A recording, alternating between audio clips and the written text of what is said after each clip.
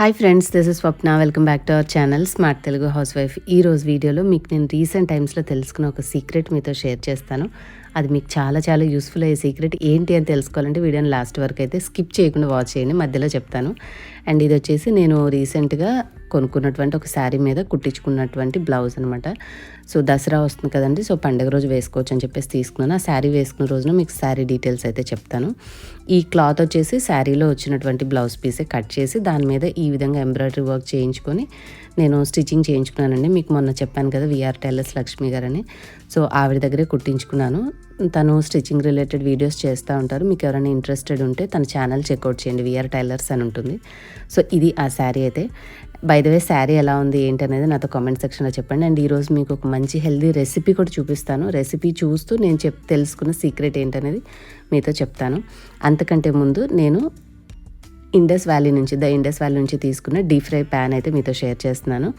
ఇది వచ్చేసి మనకి ఈజీ టు క్లీన్ ఉంటుందండి. చాలా పర్ఫెక్ట్గా మనకి కూరలకి కానీ గ్రేవీ కర్రీస్కైనా సాటింగ్కైనా అలాగే ఫ్రైయింగ్కైనా అన్ని విధాలా బాగుంది.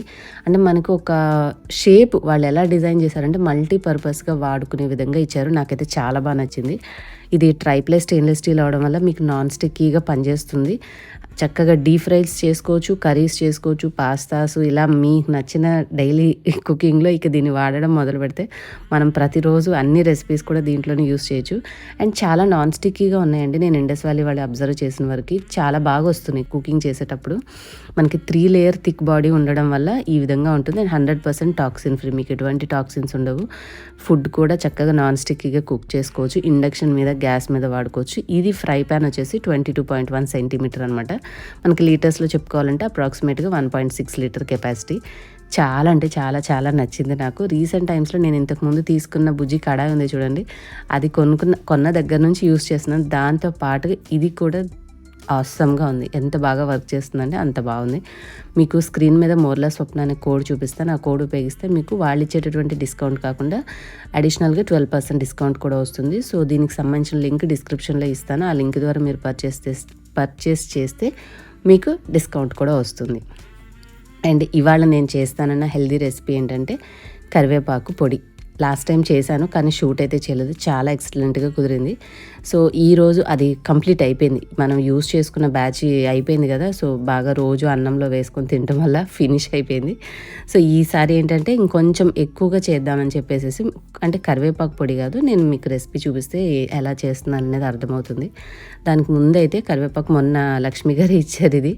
సో అదే తీసేసి కడుగుతున్నాను అనమాట. కొన్ని కరివేపాకులు స్టిక్కీగా మందంగా ఉంటాయి, కొన్నేమో మరీ పల్చగా ఉంటాయి. అంటే ఆకు ఊరికి బాగా అతుక్కుపోయి మనకి విడదీయడానికి కూడా ఇబ్బందిగా ఉంటుంది అనమాట. కాస్త పల్చగా ఉంటాయి కొన్ని టైప్ ఆఫ్ కరివేపాకులు. మా హస్బెండ్ కూడా అప్పుడప్పుడు తీసుకొస్తూ ఉంటారు, సేమ్ అలాగే ఉంటాయి. అవి ఇబ్బందిగా ఉంటుంది కడగాలంటే. చూసారా ఎలా స్టిక్కీగా ఉన్నాయో. సో వీటిని ఏంటంటే మనం చెట్టువే కాబట్టి బయట నుంచి తెచ్చుకుంటే కాస్త ఉప్పు నీళ్ళలో కడిగేదాన్ని. ఇవి ఇంటి దగ్గర తెలిసిన వాళ్ళు ఇచ్చారని చెప్పడం వల్ల జస్ట్ ఒట్టిగా వాటర్లో కడిగేశాను. కాస్త ఆరబెట్టేసుకుంటే మంచిగా ఆరుతాయి. అండ్ ఇంకా ఒక రోజు ఉంటే ఇంకా ఈజీగా ఉంటుంది మనకి ప్రాసెస్ చేసుకోవడానికి. కాకపోతే ఫ్రెష్గా ఉన్నా పర్వాలేదు, కొంచెం టైం పడుతుంది అంతే ఫ్రై చేసుకునేటప్పుడు. మనకి ఆకు శుభ్రంగా కడిగేసి కాస్త మనం క్లాత్లో చుట్టేసి పక్కన పెట్టామంటే తడి పీల్చుకొని పొడిగా ఉంటాయి, ఫ్రై చేసుకోవడానికి రెడీగా ఉంటాయి. అండ్ ఈ లోపల మనం రిమైనింగ్ ప్రాసెస్ నేను ఎలా చేసుకున్నాను అంటే రెగ్యులర్ కరివేపాకు పొడికి ఇంకొన్ని, అంటే మన అమ్మల వాళ్ళు చేసిన ప్రాసెస్కి ఇంకొంచెం ఎక్స్ట్రాగా కొన్ని యాడ్ చేసుకున్నాను నేను. అవి మీకు చెప్తాను చేసి చూపించేటప్పుడు. నచ్చితే యాడ్ చేసుకోండి, నచ్చకపోతే స్కిప్ చేసేయచ్చు. ఫస్ట్ అయితే మనము పొడి చేసుకోవడానికి మినపప్పు ఫ్రై చేసుకోవాలి కదా. సో గుండు మినపప్పు అయితే బాగుంటుంది. నా దగ్గర నేను కంప్లీట్ చేసేసాను, వాడేసాను అనమాట. అందుకని పొట్టు మినపప్పు ఉంటే ఇక అవే యూస్ చేస్తున్నాను. ఇంకా ఫ్లేవర్ బాగుంటుందిలేండి పొట్టు మినపప్పు. మనం ఇంటి దగ్గర ఊరు నుంచి తెచ్చుకునే కాబట్టి కడగాలనే టెన్షన్ కూడా ఉండదు. సో కొంచెం ఎక్స్ట్రా ఎక్కువే చేసుకుంటున్నాను. మామూలుగా అయితే అన్నీ ఒక 2 స్పూన్లు అలా తీసుకోవచ్చు. ఒక చిన్న కప్పు కరివేపాకుకి నేనేంటంటే ఒక చిన్న గ్లాస్, అంటే దాదాపు మనకి 4 స్పూన్లు అవుతాయి అనమాట. ఆ చిన్న టీ గ్లాస్ అంత సైజుతో తీసుకున్నాను. సో మినపప్పు, అలాగే ఒక 2 స్పూన్లు శనగపప్పు, పచ్చిశనగపప్పు ఉంటుంది కదా. సో అవి ముందు ఇవి ఫ్రై చేసుకోండి. ఇవి కొంచెం టైం ఎక్కువ పడతాయి కాబట్టి కాస్త ఇవి ఫ్రై చేసుకుంటూ అవి బాగా వేగిన తర్వాత ఒక్కొక్కటి యాడ్ చేసుకుంటే మనకి మిగిలినవి తర్వాత వేసేవి తక్కువ టైం పడతాయి కదా. సో ఇబ్బంది లేకుండా అన్నీ ఒకేలా అయిపోతాయి. లేకపోతే ఇవి ఫ్రై అయ్యేసరికి కొంచెం తక్కువ టైం వేగేటివి ఏంటంటే మాడినట్టుగా అయిపోతాయి. కాబట్టి కాస్త శనగపప్పు, మినపప్పు దాదాపు సగం ఫ్రై అయింది అని అనుకున్న తర్వాత మాత్రమే మీరు ఈ మిగతా ఇంగ్రీడియంట్స్ వేసుకోండి. నేను ఇందాక ధనియాలు కూడా వేశాను. ధనియాల తర్వాత జీలకర్ర వేశాను. ఇవన్నీ వేసేసి అవి సగం వేగిన తర్వాత జీలకర్ర, ధనియాలు వేసుకొని ఫ్రై చేసుకోండి. అన్నీ కూడా 2 స్పూన్లు వేసుకోవచ్చు. జీలకర్ర అయితే 1 స్పూన్ చాలు. నేను అన్ని 2 స్పూన్స్ కొలత చెప్తాను. మీరు దాన్ని బట్టి ఇంకా ఎక్కువ చేసుకోవాలంటే ఎక్కువ, తక్కువ కావాలంటే తక్కువ చేసుకోవచ్చు ఈజీగా. సో ఇవన్నీ మంచిగా ఫ్రై చేస్తుంటే చక్కటి అరోమా వస్తుందన్నమాట. అలా మంచి స్మెల్ వచ్చే వరకు నిదానంగా స్లో ఫ్లేమ్లో కుక్ చేసుకోండి. మనకి కూరలకైనా ఫ్రై కన్నా చూసారు కదా ఫ్రై పాన్ ఎంత బాగా మంచిగా ఉందో, నాకైతే బాగా అనిపించింది. ఇప్పుడు నేను అవిసె గింజలు వేస్తున్నాను. ఇది ఆప్షనల్ అండి. అవిసె గింజలు అనేవి లేడీస్కి చాలా మంచివి అని చెప్పేసి రీసెంట్ టైమ్స్లో నేను ఎక్కువగా దోశ పిండిలో కొద్దిగా వేసేసి గ్రైండ్ చేసేస్తూ ఉంటాను. కానీ పొడుల్లో వేయడం అయితే ఇదే ఫస్ట్ టైము. ట్రయల్ వేయడమే. కాకపోతే తిన్న తర్వాత నాకేం పెద్దగా డిఫరెన్స్ ఏం టేస్ట్ అనిపించలేదు. కాబట్టి మీరు కావాలంటే కొద్దిగా వేసుకోండి, వద్దు అనుకుంటే స్కిప్ చేసేయండి. సపరేట్గా అవిసె గింజలతోటి మళ్ళీ మీరు చేసుకోవచ్చు. అండ్ ఇంకా ఇవన్నీ దాదాపుగా 3 వంతులు వేగిపోయాయి అనుకున్న తర్వాత కాస్త చింతపండు కూడా వీటిలోనే వేసేసి ఫ్రై చేస్తే మన తడి అట్లా ఉన్నా కూడా మనకి చింతపండులో ఉన్న తడి కూడా డ్రై అయిపోయి పొడి అనేది మనం గ్రైండ్ చేసుకున్నాక తొందరగా పాడవకుండా ఎక్కువ రోజులు ఫ్రెష్గా ఉంటుంది. సో ఇవన్నీ నిదానంగా ఇలాగే సన్న మంట మీద ఫ్రై చేసుకుంటూ ఉండాలి. సో ఇప్పుడు ఇక మీ కారానికి తగినట్టుగా, కొంతమంది కారం ఎక్కువ తింటారు, అలాంటి వాళ్ళు ఎక్కువ ఎండుమిరపకాయలు వేసుకోవాలన్నమాట. దీనివల్ల అంటే మనకి పప్పుల్ని బట్టి చూసి మీరు ఒక 15 నుంచి 20 దాకా అట్లా వేసుకుంటే కారం బాగుంటుంది. నేనేంటంటే కారం పొడి అంటే ఎక్కువ కారం కంటే కూడా మనం పొడిలో ఉండే మిగతా పదార్థాలు తినాలి కాబట్టి కొంచెం తక్కువ వేసాను. ఆ తర్వాత మళ్ళీ అనిపించింది మరి కొంచెమే అనిపిస్తున్నాయి, స్పైసీగా ఉండకపోతే బాగోదు కదా అని చెప్పి మళ్ళీ ఇంకొన్ని ఎండుమిరపకాయలు వేసాను. మనం ఒక 25 నుంచి 30 దాకా అట్లా వేసుకుంటే కారం పొడి మంచి ఫ్లేవర్ అండ్ టేస్ట్ బాగుంటాయి అన్నమాట. తినేటప్పుడు ఇడ్లీ కానీ డైలీ అన్నంకి కానీ అట్లా వేసుకోవచ్చు. మంచిగా చిన్న మంట మీద మాత్రమే కంగారు పడకుండా ఇలాగ ఫ్రై చేసుకోవాలి. అండ్ మీతోటి ఒక సీక్రెట్ షేర్ చేస్తున్నాను కదా, అదేంటంటే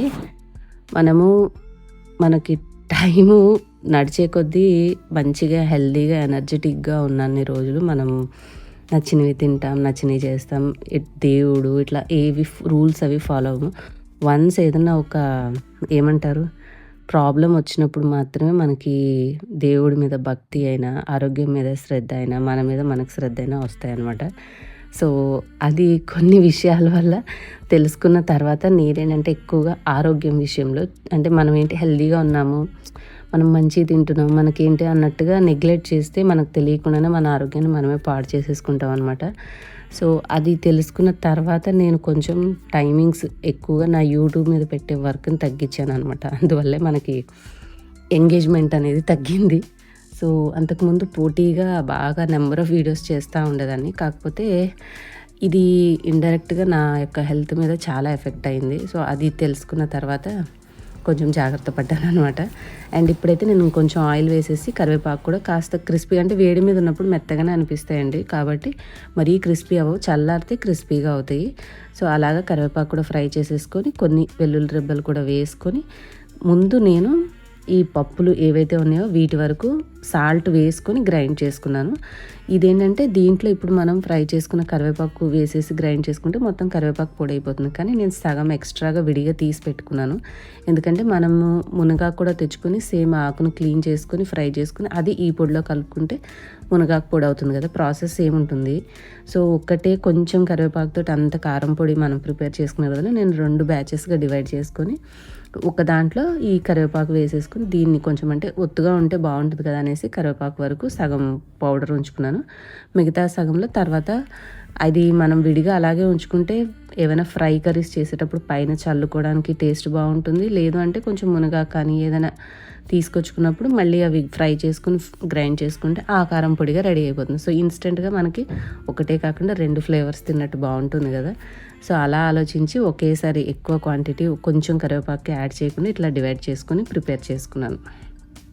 అంటే ఇవేంటంటే మనకి కొంచెం కొంచెం చేస్తూ ఉంటే వచ్చేటటువంటి చిన్న చిన్న ఐడియాస్ అంతే, ఏం పెద్ద గ్రేట్ విషయం ఏం కాదు.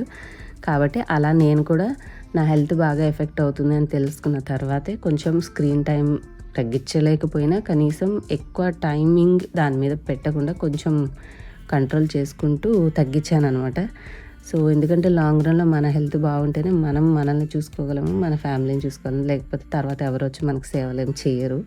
సో అది తెలుసుకున్న తర్వాత మొత్తానికి ఎంతవరకు వర్క్ చేయగలనో అంతవరకే చేసి నా హెల్త్, ఫ్యామిలీ చూసుకోవడం ఇంపార్టెంట్ అని తెలుసుకొని కాస్త కొంచెం వర్క్ లోడ్ అయితే తగ్గించుకున్నాను అనమాట.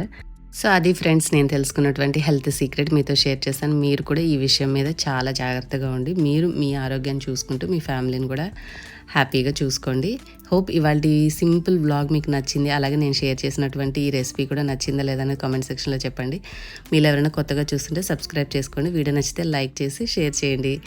అలాగే ఇన్స్టాగ్రామ్, ఫేస్బుక్లో కూడా ఫాలో చేయండి. మన WhatsApp channel link and WhatsApp number డిస్క్రిప్షన్లో ఉంటే నచ్చిన వాళ్ళు సేవ్ చేసుకుని ఫాలో అవ్వచ్చు. Thank you for watching. Bye.